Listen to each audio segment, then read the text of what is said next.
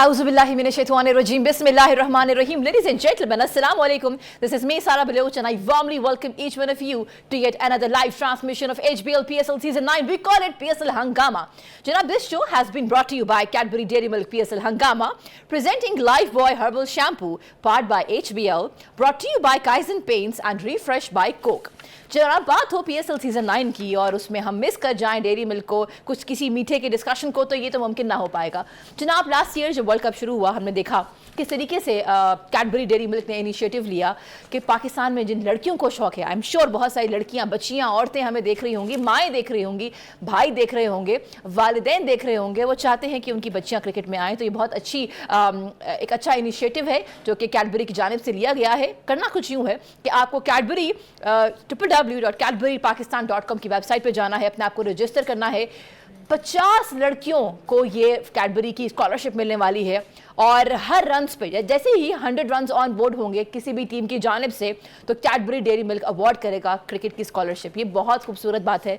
मुझे खुद बड़ा हमेशा शौक रहा है फुटबॉल का, स्पोर्ट्स का, और मुझे लगता है कि मेरी तरह की बहुत सारी और लड़कियां हर घर में होंगी और ये जो है ना, ये स्कॉलरशिप आपके लिए बहुत बेनिफिशियल साबित हो सकती है, क्योंकि 6 मंथ्स का ड्यूरेशन होगा स्कॉलरशिप का, फ्री ऑफ कॉस्ट है जनाब। इसके अंदर इक्विपमेंट से लेके every single thing is going to be sponsored by Cadbury Dairy Milk. Having said that, it was the 6th number of HBL PSL season 9 match between two teams जनाब। एक तरफ Karachi Kings और दूसरी जानिब पेशावर ज़ल्मी। दोनों चाह रहे थे कि आज जो है ना ये विक्ट्री हासिल करें, और हुआ क्या, पेशावर ज़ल्मी आया जनाब, 154 रन ऑन बोर्ड किए, और कराची किंग्स स्टार्टिंग से जो इंटेंट था, फर्स्ट ओवर से ही जनाब वो अपने स्ट्राइक रेट से भी आगे थे, विकेट्स भी उनकी प्रॉपर थी, और पेशावर ज़ल्मी की तो विकेट्स जनाब पहले ही ओवर में गिर चुकी थी। एनीवेज, सो कराची किंग्स ने क्या किया, 157 रन ऑन बोर्ड किए 3 विकेटों के नुकसान पे, and they actually won the match. But what went wrong with Peshawar Zalmi, उससे बात पे आएंगे। आज एक बहुत बड़ा रिकॉर्ड कायम हुआ है बाय आवर कंट्री, जी हाँ, पाकिस्तान की जानिब से। बाबर आजम हमेशा की तरह ओडीआई की बात करें तो रैंकिंग नंबर 1 थे, आज है नहीं, वो अलग बात है, लेकिन पाकिस्तान की जानिब से he has become the first ever Pakistani batter to score the fastest 10,000 run in just 271 innings. याद रहे, इससे पहले अगर हम दुनिया क्रिकेट के एतबार से बात भी करें तो he has actually become the first ever cricketer in the world of cricket to score this fastest century in just 271 run. इससे पहले क्रिस गेल के पास ये एक एजाज था, लेकिन आज कोई टॉप पे है तो वो है बाबर आजम। पाकिस्तान में भी शोएब मलिक इससे पहले रन काफ़ी ऑन बोर्ड कर चुके हैं, लेकिन ये जो फास्टेस्ट उनकी 10,000 रन हैं, बहुत मुबारक हो आपको। बड़ा अच्छा लगता है अपने पाकिस्तान के बैटर के ऊपर बात करना, बॉलर के ऊपर बात करना, पर क्या ही होता अगर पेशावर ज़ल्मी आज ये जिम्मेदारी अपने ऊपर लेता कि बाबर के अलावा भी किसी ने आज खेलना है। आगे बढ़ते हैं, बहुत सारे क्वेश्चंस हैं हमारे शानदार पैनलिस्ट हमारे सामने। जहाँ बात हो रही बाबर आजम की फास्टेस्ट 10,000 रन की, वहाँ हम हमारी जो पाकिस्तान की टीम रह चुकी है उसके फॉर्मर कैप्टन, बैटिंग लाइनअप के जनाब बैकबोन रह चुके हैं, क्रिकेट की दुनिया के जीनियस है, वेलकम करते हैं सलीम मलिक साहब को। अस्सलाम वालेकुम sir, how are you doing? अस्सलाम वालेकुम सारा, कैसी हैं आप? आई एम ऑल वेल जनाब। और हम जब बात करेंगे बैटिंग की, वहाँ हम बॉलर को कैसे पीछे छोड़ सकते हैं जनाब। सनसनीखेज हमने इनकी जो है वो इनिंग्स देखी हैं। बात कर रही हूँ हमारे pacer, former test cricketer Abdul Rauf साहब। अस्सलाम वालेकुम, हाउ आर यू? वालेकुम सलाम, बिल्कुल ठीक। Gentleman, what a good day for Pakistan. 10,000 run, fastest innings, fastest 10,000 run in just 271 innings. Sir आप बताइए, बिकॉज आप तो बैकबोन रह चुके हैं क्रिकेट की दुनिया के। देखिए, आज ज़ल्मी के लिए अच्छा दिन तो नहीं था, मगर बाबर के लिए आप कह सकते हैं कि बाबर और पाकिस्तान के लिए बहुत अच्छा दिन था कि उसने आज एक रिकॉर्ड कायम किया है। मेरा ख्याल है बाबर की अगर बात करें तो बहुत सारे लोग उसको क्रिटिसाइज़ करते हैं, मैं भी हल्का सा करता हूँ कभी जब वो स्लो खेलते हैं, मगर मैंने हमेशा बाबर की तारीफ़ की है कि पाकिस्तान के पास अगर कोई प्लेयर है तो वो सिर्फ़ एक बाबर आज़म है, जो वाहद प्लेयर है, टेक्निकली साउंड किस्म का बैट्समैन है। तो हम तो मेरा ख्याल मैं और रऊफ़, हम जो पिछले कई दफ़ा प्रोग्राम किए हैं जो हमने, उनमें अक्सर बाबर का जिक्र करते हैं। लोग बहुत ज़्यादा बाबर को क्रिटिसाइज़ करते थे कि जी वो स्लो खेलता है, उसको नहीं होना चाहिए, मगर मेरा ख्याल है उन लोगों जो बहुत ज़्यादा क्रिटिसाइज़ करते थे उसको, उनके उसने मुंह पे एक किस्म का तमाचा मारा है कि मैं हाईएस्ट स्कोरर हूँ, और रैंकिंग में भी वो जो 3-4 प्लेयर हैं उनमें उसका नाम आता है।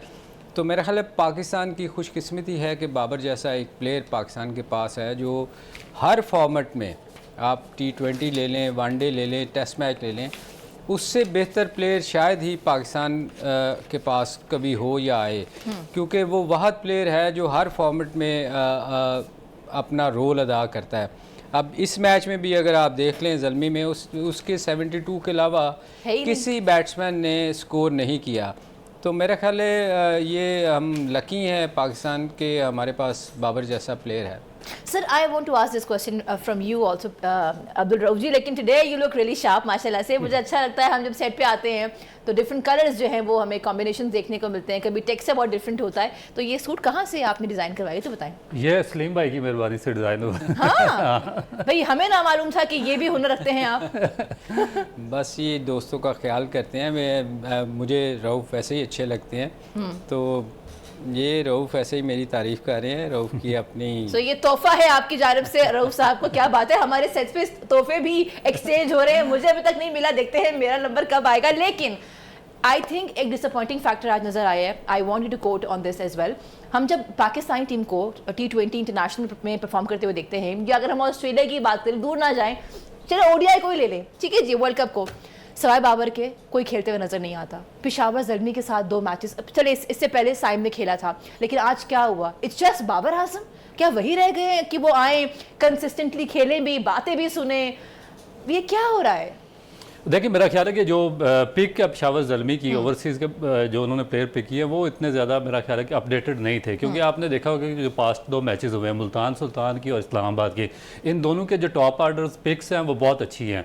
जिस तरह मुल्तान से हैंड्रिक्स ने और मिलान ने दोनों मैचेस में आउटस्टैंडिंग बैटिंग की है और मैचेस भी जितवाए हैं। उसके बाद इस्लामाबाद से जो हैं हेल्स हैं और उसके बाद मनरो हैं, वो आउटस्टैंडिंग बैट्समैन है, वो अपनी टीम को मैच जितवाते हैं। अब हमारे ये देखें, जो दोनों जो पेशावर के ओपनर्स हैं, पाकिस्तान टीम के भी दोनों यही ओपनर्स हैं, बाबर आजम और साइम अयूब। साइम अयूब से हमें बहुत ज़्यादा उम्मीदें थी कि ये इस PSL में, क्योंकि उनसे बहुत ज़्यादा तवक्कुआत वाबस्ता हो गई थी। पाकिस्तान टीम में आए थे, ऑस्ट्रेलिया का टूर भी उन्होंने किया था, फिर लास्ट जो उन्होंने प्रीवियस PSL खेला वहाँ से ये पिक हुए। डोमेस्टिक में बहुत इनकी कारकर्दगी बहुत ज़्यादा शानदार रही है, मगर अब दोनों मैचेस में उनसे उस तरह स्कोर हो नहीं रहा। और न्यूजीलैंड का जो T20 पाकिस्तान इंटरनेशनल मैचेस खेला उनमें भी वो फ्लॉप हुए हैं, तो उन पे मेरा ख्याल है कि प्रेशर आ जाएगा। फिर तीसरे जो उनके हैं मोहम्मद हारिस, उससे भी पाकिस्तान के जो अवाम है उनको बहुत ज़्यादा एक्सपेक्टेशन थी। T20 जो लास्ट वर्ल्ड कप ऑस्ट्रेलिया में हुआ उसमें पाकिस्तान टीम के साथ है, बड़ी अच्छी उन्होंने वहाँ पर बैटिंग की। और अभी जो न्यूजीलैंड में टीम सिलेक्शन हुई है उसमें भी बहुत ज़्यादा जो अवाम थे क्रिटिसाइज़ कर रहे थे उनके सिलेक्शन ना होने पर, मगर ये 2 मैचेस हो गए हैं, वो भी आउट ऑफ फॉर्म जा रहे हैं। उसके बाद फिर ये जो हमारे जो ऑलराउंडर है आमिर जमाल, जिनके बारे में आपने भी बात किया, सबने बात की कि ऑस्ट्रेलिया में पाकिस्तान के मोस्ट प्रोमिनेंट ऑलराउंडर रहे हैं वो, उन्होंने स्कोर भी किया, मगर उसके बाद सडनली उनका भी डाउनफॉल है कि वो न्यूजीलैंड में भी उस तरह आउटस्टैंडिंग परफॉर्म नहीं कर सके T20 में। अभी ये भी यहाँ पे दूसरा मैच है, उसमें भी वो परफॉर्म नहीं कर सके, तो फिर अकेले जो रिस्पॉन्सिबिलिटी आ जाती है वो बाबर आजम पे आ जाती है। उन्होंने किसी हद तक तो शो की है, मगर जब तक ये बाकी पूरी टीम उनका साथ नहीं देगी तो बड़ा मुश्किल हो जाएगा। जिस तरह यहाँ पे स्कोर हो रहे हैं 200+ रन, तो 200 रन जब प्लस नहीं करेंगे तो उसको डिफेंड करना बहुत ज़्यादा मुश्किल हो जाएगा। तो एग्जैक्टली यही हो रहा है इनके साथ। रऊफ़, ये याद है, मैं इसलिए हमेशा पिछली जो रात को हमने प्रोग्राम किया था उसमें कहा था कि ये जो कुछ प्लेयर आपको नज़र आते हैं जो चंद मैचों, एक आध मैच में स्कोर करते हैं और हम उनकी इतनी हाइप क्रिएट कर देते हैं कि लोगों की एक्सपेक्टेशन बहुत ज़्यादा उनसे बढ़ जाती है। होता क्या है कि बाद में जैसे ही कुछ मैचेस गुजरते हैं लोगों को उनकी वीकनेसेस का पता चल जाता है कि ये कहाँ वीक है, फिर वो उस वहाँ उनको बॉलिंग करके वो आउट करते हैं। अब देखें, साइम अयूब या हारिस की बात अगर हम करें तो इनसे पाकिस्तान, या आसिफ की बात कर लें तो पाकिस्तान की इनसे एक्सपेक्टेशन बहुत ज़्यादा हो गई थी। लोगों ने इतना हाइप क्रिएट की थी कि एक ओपनर मिल गए, विकेट कीपर मिल गए, अब इनसे अच्छा कोई नहीं है। होता क्या है कि ये जो चीज़ें हैं ना, ये 1-2 सीरीज़ के बाद आपको बातें करनी चाहिए, इसलिए कि आप जितनी देर उनकी परफॉर्मेंस नहीं देखेंगे कि पूरी सीरीज़ में उन्होंने या पूरे PSL में क्या किया है, कितना स्कोर किया है, उसके बाद आप किसी को जज कर सकते हैं। ये 1 या 2 मैचों पे जो हम बात करते हैं ना किसी प्लेयर की, या एक इनिंग जो अच्छी खेल जाता है उसके दिन में भी उसका दिन हो वो अच्छा खेल जाए, ये हम रऊफ इस पे हम लोग ना बहुत ज़्यादा एकदम इतनी हाइप क्रिएट कर देते हैं कि वो एकदम उठा के ले जाते हैं। तो ये मेरे ख्याल में हमें सोचना चाहिए, लोगों को जो एकदम हाइप क्रिएट करते हैं ये नहीं करना चाहिए, पहले जज करना चाहिए, पूरी सीरीज़ उसको देखना चाहिए। जमाल की जैसे आपने बात की, जमाल ने वहाँ बहुत अच्छा किया, शानदार। उसकी रीज़न ये थी कि उसको वहाँ की कंडीशन सूट कर गई थी, बाउंस था, स्विंग मिल रहा था, उसने आउट किए, बैटिंग में एक मैच में उसने अच्छा स्कोर कर लिया, मगर उसके बाद आप देखें कि वो चीज़ नहीं आ रही। तो ये चीज़ें जो है ना हम एकदम जो हीरो बनाते हैं, ज़रूर हीरो बनाने चाहिए प्लेयर्स अगर कोई अच्छा करता है, मगर उसको पूरी सीरीज़ में ज़रूर देखना चाहिए कि इसने पूरी सीरीज़ में क्या किया। अच्छा, जहाँ ये बात हो रही है वहाँ साइम अयूब के हवाले से बात करते हैं। देखिए उन्होंने तो फर्स्ट क्लास भी खेल रखा है, 15 मैचेस हैं, एवरेज उनकी 44 की रही है, स्ट्राइक रेट 69 का है। इससे पहले मैच में जो कोयटा ग्लेडिएटर्स के साथ इन्होंने खेला था 42 रन ऑन बोर्ड किए थे, नॉक होने वाला था, 26 बॉल पे छक्के भी नजर आए, चौके भी नजर आए, 161 का इनका स्ट्राइक रेट था। What happened to Saim Ayub today? Because he got out for golden duck. आते साथ ही चले गए। देखें ये जो प्लेयर साइम अयूब जो है ना, ये ओपनर जाते हैं, और ये जो भी किसी टीम का ओपनर जाता है ना, उसकी वो कोशिश करता है कि मैं पहले 6 ओवर्स में एडवांटेज लूँ, क्योंकि पावर प्ले में फील्डर ऊपर होते हैं। मगर ये साइम अयूब पिछले 2-3 मैचों में अनलकी भी रहा, रन आउट भी हुआ न्यूजीलैंड में भी, मगर इसको ये सोचना पड़ेगा कि अपनी इनिंग बिल्ड कैसे करते हैं, क्योंकि जब आप आउट होते हैं ना तो आप पे प्रेशर बढ़ता जाता है फिर, क्योंकि लोग आपसे एक्सपेक्ट कर रहे होते हैं और आप खुद भी कर रहे होते हैं कि मैंने करना है, अदरवाइज़ लोग बातें करेंगे। तो ये जो इस होल से निकलने के लिए आपको थोड़ा सा अपनी बैटिंग ऑर्डर में चेंज कर लानी पड़ेगी, आपको थोड़ा लंबा खेलना पड़ेगा। आप मतलब आप इनिंग बिल्ड करें ना, आप जाके जो आपकी शॉटें हैं उनको महदूद करना पड़ेगा, ताकि आप पहले अपने 20-25 स्कोर करें, उसके बाद फिर अपनी इनिंग जो आप खेलते हैं तेज़ खेलते हैं, क्योंकि ये बच्चा आके बहुत पहले बॉल से ही तेज़ खेलने की कोशिश करता है। तो जब आपकी स्कोर नहीं हो रहा होता तो आप अपने आप ऊपर प्रेशर बिल्ड करते जाते हैं। तो ये बजाय कि आप बाहर हो जाएं, आपको चाहिए कि सीखना चाहिए इन चीज़ों से कि आपने इससे कैसे निकलना है। उससे निकलने का तरीका ये है कि आके अपनी इनिंग बिल्ड करें, 20-25 स्कोर करें, उसके बाद लोग क्रिटिसाइज ज़रूर करेंगे कि स्लो खेला है, जैसे बाबर को करते थे कि बहुत ज़्यादा लोग मगर आप देखें कि सबसे ज़्यादा स्कोर करने वाला भी बाबर ही है, और कंसिस्टेंसी भी उनकी रही तो ये साइम को उससे सीखना चाहिए। ठीक है सर, हम ये बात समझ में आ गई है कि जी you have to stay on the crease, ये नहीं आते साथ जो है वो आप शॉट्स लगाना शुरू कर दें। आई होप कि नेक्स्ट मैच में साइम अयूब इससे बेहतर परफॉर्म करे। Ladies and gentleman, Karachi Kings has won the match by 7 wickets. हमारे साथ रहिएगा बिकॉज बहुत सारी चीजें डिस्कस करनी है। आई have gotten a lot of critical questions. Stay with us.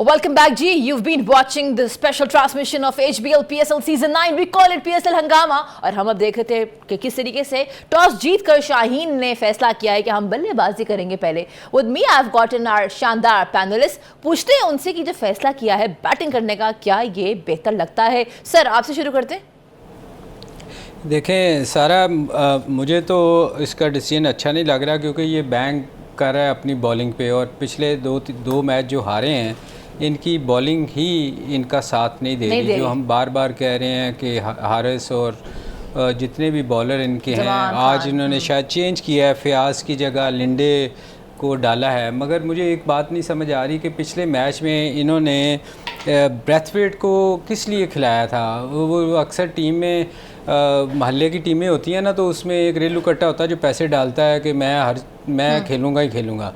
तो ब्रेथवेट तो ऑलराउंडर था, उसको एक बॉल भी नहीं करवाया गया। तो ये मेरी समझ से बाहर है कि लाहौर कलंदर ये क्या कर रहा है कि प्रॉपर टीम जो होनी चाहिए ना, कम्बिनेशन जो हम बार बार कहते हैं कि कम्बिनेशन होना चाहिए, वो मुझे नज़र नहीं आ रहा। लिंडे नो डाउट एक अच्छी चेंज है उनकी, कि क्योंकि इनके पास स्पिन में लैग कर रहे थे, तो वो उसकी, मगर ब्रेथ वेट की जगह मुझे समझ नहीं आ रही कि ये देखे ना वो स्कोर कर रहा है। पिछले कई मैचों में हमने देखा है, मुख्तलिफ लीग्स में देखा है, वहाँ फिर भी उनसे थोड़े से ओवर्स करवा लिए जाते थे, मगर इसमें तो उन्होंने उसको ना बॉलिंग करवाई है, बैटिंग तो वो वैसे ही नहीं करता। और प्लस सेकंड बात ये है कि ड्यू फैक्टर जो है उसका फ़ायदा उठाना चाहिए। लाहौर को ये चीज़ बात समझ आ जानी चाहिए कि सेकंड इनिंग में ड्यू फैक्टर आता ही आता है, जो मर्ज़ी आप कर लें। तो ये उन्होंने उनका डिसीजन हर दफ़ा ये बैटिंग टॉस जीत के बैटिंग करने का, मेरा ख्याल है उनके जो थिंक टैंक है उनको ये सोचना चाहिए कि हमारी जो चीज़ें वीक है, जो स्ट्रेंथ है, उसका फ़ायदा लेना चाहिए ना। तो ये अपनी ख़ुद ही मौका दे रहे हैं दूसरी टीम को कि वो फ़ायदा उठाएं हमसे।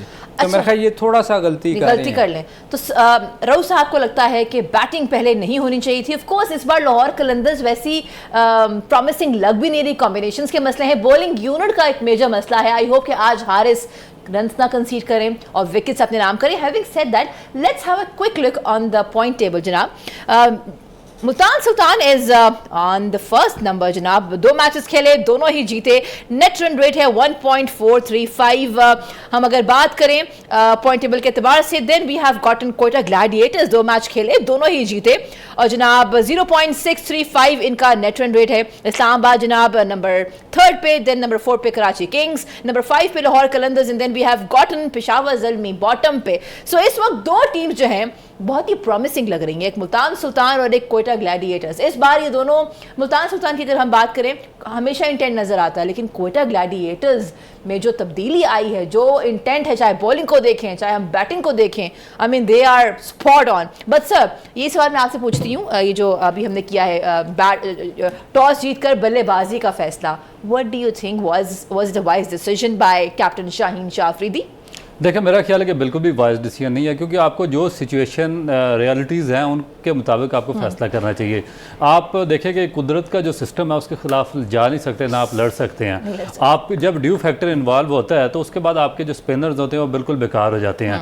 तो आप फिर किस बेस पर, मेरा नहीं ख्याल कि उन्होंने पहले सेकेंड बॉलिंग चूज़ किया, क्योंकि विंटर का एंड है और जो जितने भी ये हमारा लाहौर है या जनूबी पंजाब मुल्तान में चले जाएँ तो वहाँ पर ड्यू फैक्टर बहुत ज़्यादा इन्वॉल्व होता है और वो स्पिनर्स के लिए बहुत ज़्यादा हर्डल क्रिएट करता है सेकंड बॉलिंग में।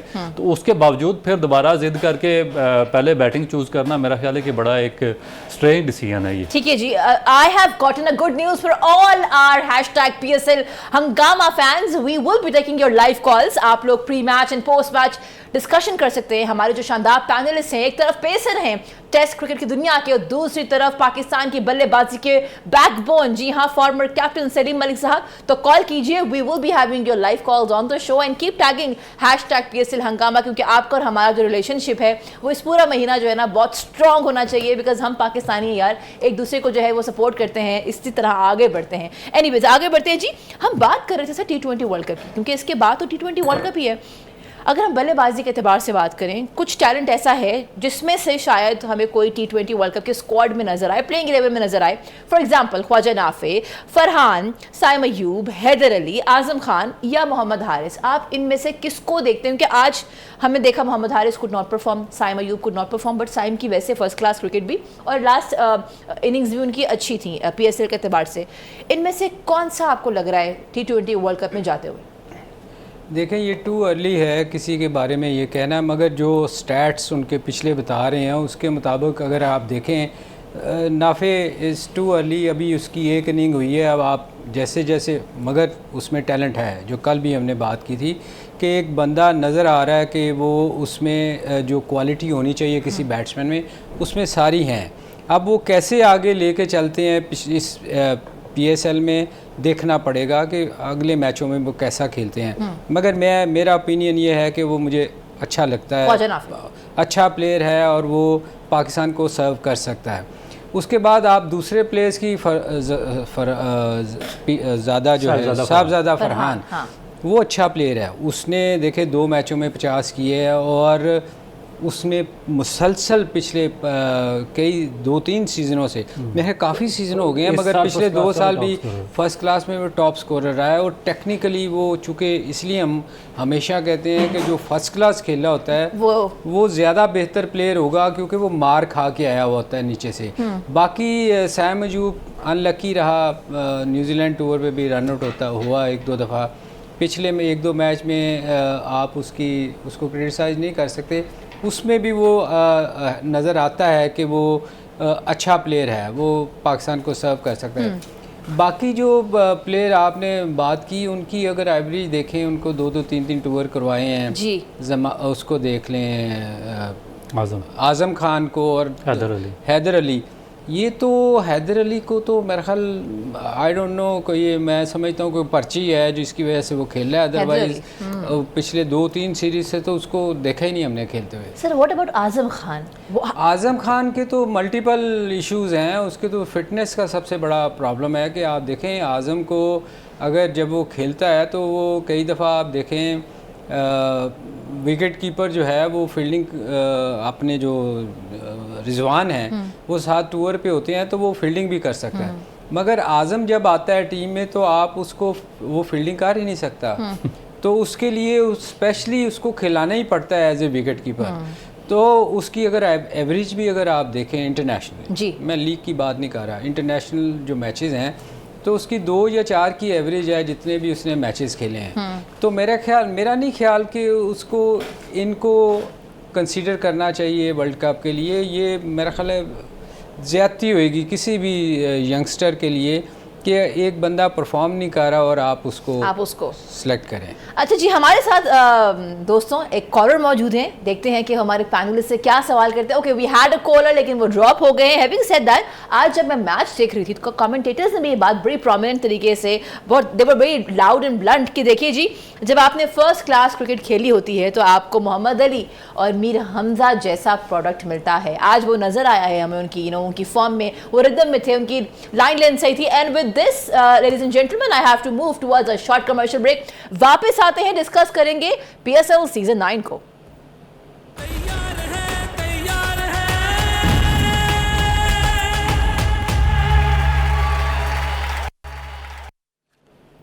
Welcome back दोस्तों, you've been watching our special transmission of HBL PSL season 9. We call it PSL Hangama, and this show has been brought to you by Cadbury Dairy Milk PSL Hangama, presenting Lifebuoy Herbal Shampoo, powered by HBL, brought to you by New Kaizen Paints and refreshed by Coke. अच्छा जी, we were discussing about the bowling unit of Karachi Kings और आज हमने देखा कि Mir Hamza and Hasan Ali जनाब 3 wickets हासिल की हैं। इकॉनमी अगर हम बात करें मीर हमजा की 7 रही है, हसन अली की 7.82 रही है। जी पेसर हमारे साथ मौजूद हैं, I want you to comment on their innings. देखिए मेरा ख्याल है कि बहुत अच्छी बॉलिंग की, और ये जो हम बात करते हैं कंडीशन बॉलर हैं, मीर हमजा, हसन अली हो गया, मोहम्मद अली जिस तरह मुल्तान के हैं और या अब्बास अफरीदी हैं, तो जब भी इनको कंडीशन हेल्पफुल मिलेंगी तो ये बहुत अच्छी बॉलिंग करेंगे, क्योंकि इन्होंने बहुत लंबा फर्स्ट क्लास क्रिकेट खेला हुआ और इनको एक्सपीरियंस है, बैट्समैन को रीड करना आता है, इनको पिच को रीड करना आता है और उसके मुताबिक ये बॉलिंग करते हैं। अब जो इसी तरह जो आप इमर्जिंग टैलेंट देख लें पाकिस्तान का, इस तरह अभी ज़िशान को खिलाया जिसके बारे में बहुत बड़ी हाइप थी, या उबैद शाह को खिलाया, तो उनको अभी थोड़ा मेरा ख्याल है कि फर्स्ट क्लास में वो तैयार करवाना पड़ेगा, क्योंकि टू अर्ली हैं वो। कंडीशंस ज़रूर हेल्पफुल हैं सीमर्स के लिए, क्योंकि ओवरकास्ट कंडीशंस होती हैं और उसके बाद आपका मॉइस्चर होता है पिच में, मगर उसको यूटिलाइज़ नहीं कर सकते क्योंकि उनकी जो लेंथ है वो आइडियल नहीं है, इन कंडीशंस के हिसाब से सूटेबल नहीं है। इसी वजह से आज देखें कि 4 ओवर में 48 रन हो गए उसको, ज़िशान को उबैद एक मैच में 1 ओवर करवाया, दूसरे मैच में 2 ओवर किया। मगर दूसरी तरफ अगर ये जो सीजनल बॉलर हैं जिसमें मोहम्मद अली हैं पिछले 2-3 साल के टॉप विकेट टेकर हैं फर्स्ट क्लास के, मीर हमजा पिछले 5-6 साल से पाकिस्तान के मोस्ट प्रोमिनेंट बॉलर हैं, तो इनकी जो बॉलिंग है वो बेहतर से बेहतर होती जा रही है। तो मेरा ख्याल है कि यही ज़रूरी चीज़ है कि फर्स्ट क्लास क्रिकेट में डाला जाए हमारे यंगस्टर्स को। इसकी रीज़न और भी ये जो आप बात कर रहे हैं ना, देखें फर्स्ट क्लास का हम क्यों बार बार जिक्र करते हैं, मोहम्मद अली या वो मीर हमजा, वो इसलिए अच्छी बॉलिंग कर रहे हैं क्योंकि उन्होंने इतनी बॉलिंग की है, उनको पता है कि कंडीशन से कैसे फ़ायदा उठाना है। ये दोनों यंगस्टर हैं ज़ीशान और उबैद, क्योंकि इनको बेचारों को भी टाइम लगेगा। देखें ये हर चीज़ एक टाइम के साथ आप सीखते हैं ना, तो उनको कंडीशन से फ़ायदा उठाना नहीं आ रहा। और ये दो जो बॉलर हैं वो मोहम्मद अली और हमज़ा, ये एक्सपीरियंस बॉलर Experience है। और मगर इनका आपको पता चलेगा जैसे ये कराची जाएंगे, फिर आपको पता चल पिच चेंज होएगी, वहाँ की कंडीशन ड्राई होएगी, फिर आपको अबैदुल्ला, अबैद शाह और अमीर हमज़ा और उनमें कोई फ़र्क ख़ास नज़र नहीं आएगा, क्योंकि वहाँ स्विंग नहीं होगी, वहाँ एक्सपीरियंस काउंट होएगा। वहाँ ये पता चलेगा कि आपको फ़र्क का जो अगर कंपैरिजन करेंगी ना, क्योंकि अभी तो चूँकि गीली विकटों पे बॉल कर रहे हैं तो उनको एक्सपीरियंस है वहाँ की बॉल। ये कराची जाके पता चलेगा रऊफ कि असल जब वो कहते हैं ना हैंडीकैप होगा, गोल्फ में अक्सर होता है जो अच्छा प्लेयर नहीं होता ना उसको एक्स्ट्रा स्ट्रोक्स दी जाती हैं, तो जब ये कराची जाएंगे तो ये लेवल हो जाएगा, वहाँ एक्सपीरियंस काउंट होएगा, वहाँ पता चलेगा कि बॉलर कौन है असल। So you're suggesting, okay, we have a call, ladies and gentlemen, देखते हैं कॉलर हमारे साथ कौन मौजूद है। अस्सलाम वालेकुम जी, गुड इवनिंग, कौन है हमारे साथ? वालेकुम सलाम। जी अस्सलाम वालेकुम, कौन बात कर रहे हैं और कहाँ से बात कर रहे हैं? वालेकुम सलाम। जी कौन बात कर रहे हैं, कहाँ से बात कर रहे हैं? मैं मुल्तान से बात कर रहा हूँ, जवाद हसन मेरा नाम है। जवाद हमारे साथ हमारे पैनलिस्ट मौजूद है, क्या सवाल करना चाहते हैं, किससे करना चाहते हैं? इनकी और आवाज़ अपनी टीवी की आवाज बंद कर दें, बाद में देख लीजिएगा शो यूट्यूब पे।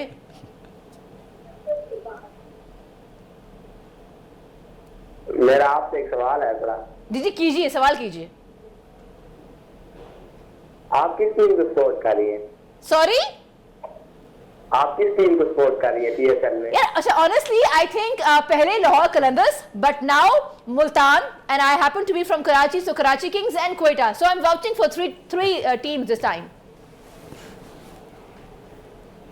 अच्छा जी, मैं तो मुझसे पूछा गया कि मैं किसको सपोर्ट कर रही हूँ। देखिए अब कराची से हैं हम, तो हम उनको तो करेंगे सपोर्ट, लेकिन इस बार कराची खेल भी अच्छा रही है, सेकंड मैच तो अच्छा खेला है। चलिए जी सर, अब एक सवाल आया, वो ये जो हाइट है मोहम्मद ज़ीशान की 6 फीट 7 इंचेस के है, हाइट कोई इम्पैक्ट लेके आती है आपकी बॉलिंग में? कोई वो आज बहुत एक्सपेंसिव रहे हैं, ऐसे आपने डिस्कशन किया पहले, इकॉनमी 12 रहा, रन 48 उन्होंने कंसीड किए, तो क्या हाइट से कोई फ़र्क पड़ता है? बिकॉज माशाल्लाह आप भी 6 फीट 3 इंचेस। देखिए मेरा ख्याल है कि बहुत बड़ा डिफरेंस क्रिएट होता है हाइट से, क्योंकि आप देखें कि माजी में जो ग्रीन मैगरा थे ऑस्ट्रेलिया के, उनकी, उसके बाद जोएल गार्नर थे, और पाकिस्तान के मोहम्मद इरफान या वसीम अकरम थे, इन्होंने अपने हाइट से बहुत ज़्यादा जो हर्डल्स क्रिएट की थी बैट्समैन के लिए। और ये जो ज़ीशान है, इनकी हाइट भी एक्सेप्शनल हाइट है, 6'7" इनकी हाइट है, काफ़ी ऊंची है।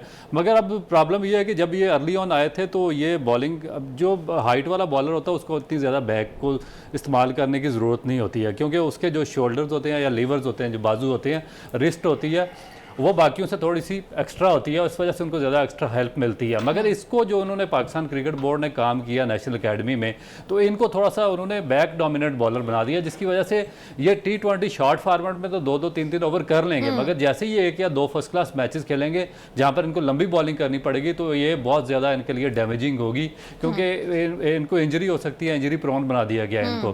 तो मेरा ख्याल है कि बेहतर ये है कि उनकी हाइट को यूटिलाइज किया जाए, बजाय इसके कि उनको तेज़ पेस के चक्कर में डालकर उनको क्रिकेट से ही बाहर कर दिया जाए। आप कह रहे हैं कि फर्स्ट क्लास और खेलना चाहिए, फर्स्ट क्लास एक्शन बेहतर करना चाहिए। मैंने रऊफ आज उसकी बॉलिंग थोड़ी सी देखी है, वो ना देखें जो हाइट वाला बॉलर होता है ना, उसको सबसे बड़ा एडवांटेज होता है बाउंस का, वो उससे फ़ायदा नहीं उठा रहा। वो आज मैं उसको, उसमें वेरिएशन भी नहीं है, वो एक ही जगह बॉल किए जा रहा था, वो उसको हिटे मारे थे, वो एक्सपीरियंस से मार खा रहा है। मेरे ख्याल थोड़ी क्रिकेट खेलेगा, उसको एक्सपीरियंस होएगा, तो उसको बहुत सारी चीज़ें जो रऊफ बता रहे हैं, रऊफ जैसे बंदे को होना चाहिए जो एक्सपीरियंस, मैं सच बता रहा हूँ, जो उनको सिखाए। आपने ब्रेक पे जाना। हाँ, ब्रेक पे नहीं। Ladies and gentleman, I have to move towards the ending of the first half. इंशाल्लाह सेकंड हाफ में आपसे पोस्ट मैच डिस्कशन करेंगे 11 से 12, लेकिन अभी हमें नजर आ रहे थे पीसीबी के चेयरमैन मोहसिन नकवी साहब along with the chief selector Wahab Riaz आराम से बैठ के they were enjoying the match. मेरा भी दिल चाह रहा था कि हम यहाँ क्या कर रहे हैं, you know we should go and we should perhaps enjoy the match. Anyways, this is me Sara Baloch signing out. आपसे मुलाकात होगी 11 से 12। जाते जाते एक बार एक साथ कहेंगे पाकिस्तान जिंदाबाद।